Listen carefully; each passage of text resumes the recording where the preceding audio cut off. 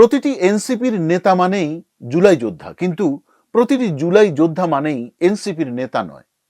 জাতীয় নাগরিক পার্টি রাজনৈতিক দল হিসেবে অন্যায়, অত্যাচার, অবিচার, অনাচার করতেই পারে এবং তারা মহা সমারোহে সেটা করছে, কিন্তু জুলাই যোদ্ধারা সেটা করতে পারে না। কারণ জুলাই বিপ্লব সংগঠিত হয়েছে বিগত আওয়ামী লীগ সরকারের অন্যায়, অবিচার আর জুলুমের বিরুদ্ধে।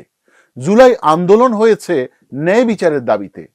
অথচ জুলাই যোদ্ধা এবং টিকটকার তাহরিমা জামান সুরভিকে আটক করা হয়েছে স্পষ্ট চাঁদাবাজির অভিযোগে।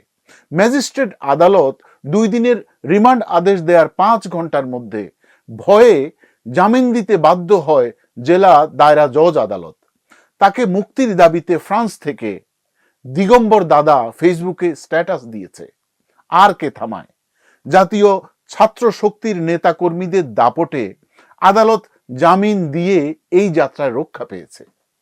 হবিগঞ্জে বৈষম্য বিরোধী ছাত্র আন্দোলনের নেতা মেহেদী হাসান থানায় ওসির সামনে, পুলিশের সামনে, শত শত মানুষের সামনে অন রেকর্ড সাব ইন্সপেক্টরকে জীবন্ত পুড়িয়ে হত্যার নারকীয় বর্ণনা দিয়েছে, থানা পুড়িয়ে অস্ত্র লুটের বর্ণনা দিয়েছে। তাকে আটকের পর এতিম, নেতৃত্বশূন্য, অসহায় রাষ্ট্র 24 ঘন্টাও আটকে রাখতে পারেনি। বলেছি না, দেশটা কখনো রাষ্ট্র হয়ে ওঠেনি। আয়ামে জাহিলিয়াতের শাসন চলছে। এখানে জোরজার, রাজ্য তার, মেরুদণ্ডহীন আইন উপদেষ্টা আসিফ নজরুল দেশের আইন শৃঙ্খলা পরিস্থিতি ধ্বংস করে দিয়েছে।